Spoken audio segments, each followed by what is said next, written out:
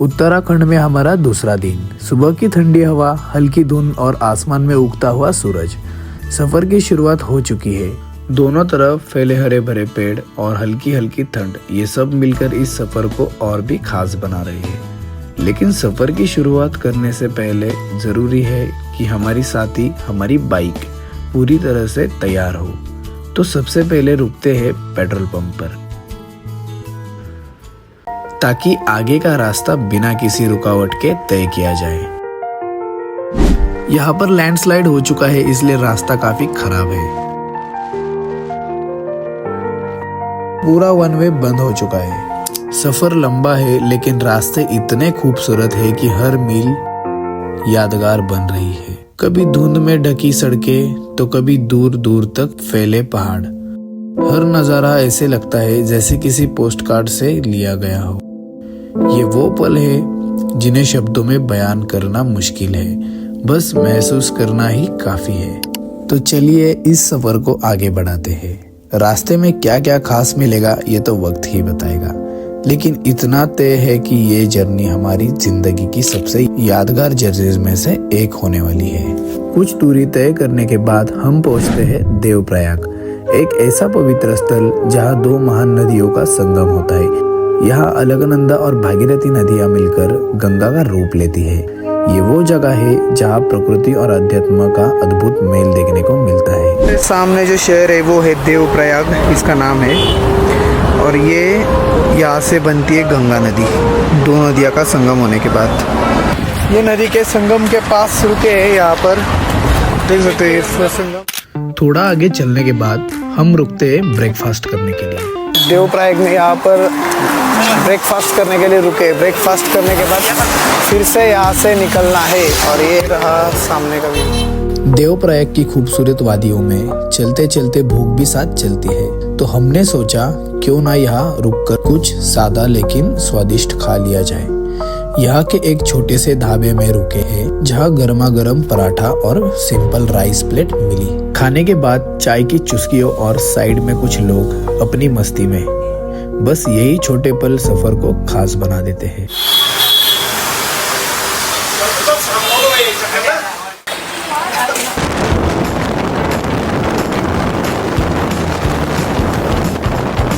खाना खाकर अब फिर से सफर शुरू हुआ। बाइक पर चलते हुए रास्ते के शानदार नज़ारे देखने का मजा ही कुछ और है। धीरे धीरे हम पहुंच गए रुद्रप्रयाग, जहां पहाड़ों की खूबसूरती और भी बढ़ जाती है। रुद्रप्रयाग के बाद हम पहुंचे उत्तराखंड के श्रीनगर। यहाँ थोड़ी शॉपिंग का मन बनाया, तो सबसे पहले सनग्लासेस खरीदे और भैया से हैंडशेक भी किया। फिलहाल हम है श्रीनगर में। श्रीनगर कश्मीर का नहीं, यूके का। यूके का भी नहीं, उत्तराखंड का। उत्तराखंड हमने नया गॉगल खरीद लिया है हेमंत में, और ये भैया ने डिस्काउंट दे दिया इधर हमें। फिर सोचा धूप से बचने के लिए हैंड ग्लोव्स भी ले लूं। शॉपिंग खत्म करके पेट्रोल भरवाया और फिर सफर शुरू किया। आगे बढ़ते ही रास्ते में ऊपर से धारा देवी मंदिर का दर्शन हुआ, जो सच में एक अद्भुत नज़ारा था।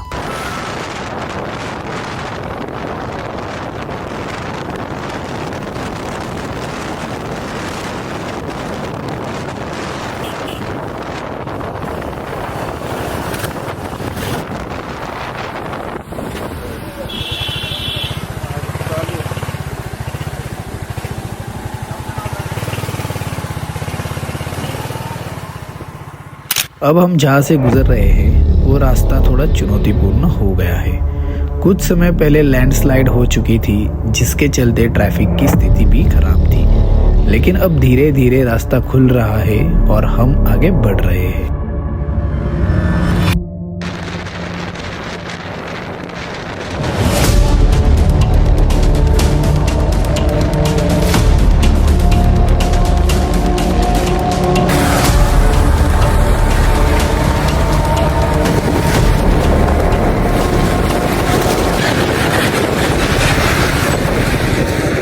रास्ते में छोटे छोटे गांव से गुजर रहे हैं। गर्मी भी बढ़ रही है, तो बीच बीच में हम कुछ देर के लिए रुकते हैं, कुछ खा पीकर आराम करने के लिए।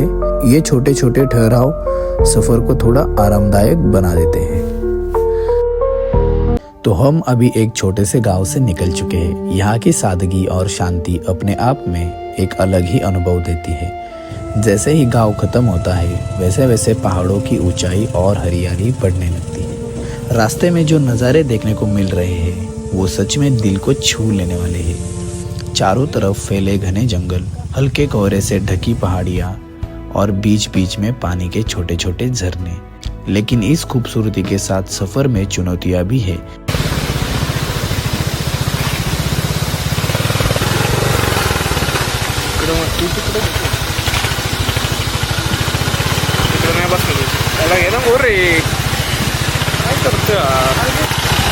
चल चल पुढं चल तू ये पुढं। सड़कों पर बड़े बड़े गड्ढे हैं। लैंडस्लाइड की वजह से कई जगह कीचड़ जमा है। तुंगनाथ यहाँ से 10 या 15 किलोमीटर दूर है। मतलब तुंगनाथ के बेस विलेज में जाने के लिए अभी आधा घंटा लगेगा। और ये सामने व्यू पूरा कुछ भी फिलहाल हेमंत यहाँ पर। ये हमारी बाइक। जंगल के इस खूबसूरत और शांत रास्ते से गुजरने के बाद अचानक एक ऐसी वादी सामने आई जो बिल्कुल स्विट्जरलैंड जैसी लग रही थी। चोपटा वैली का वो नज़ारा और ठंडी हवा दिल को एक अलग ही सुकून दे रही थी। थोड़ी देर वहाँ रुककर हमने उस खूबसूरती को महसूस किया और फिर अपना सफ़र आगे बढ़ाया तुंगनाथ की तरफ। जैसे जैसे हम आगे बढ़ रहे थे ठंड का असर बढ़ता जा रहा था। जहाँ कुछ देर पहले गर्मी थी अब बर्फीली हवाओं ने हमारा स्वागत किया। आखिरकार हम तुंगनाथ के बेस कैंप पर पहुँचे, जहाँ हमने गर्मा गर्म मैगी और नूडल्स का मज़ा लिया। और अब शुरू होता है असली सफ़र। अगला पार्ट देखने के लिए चैनल को सब्सक्राइब करना मत भूलना।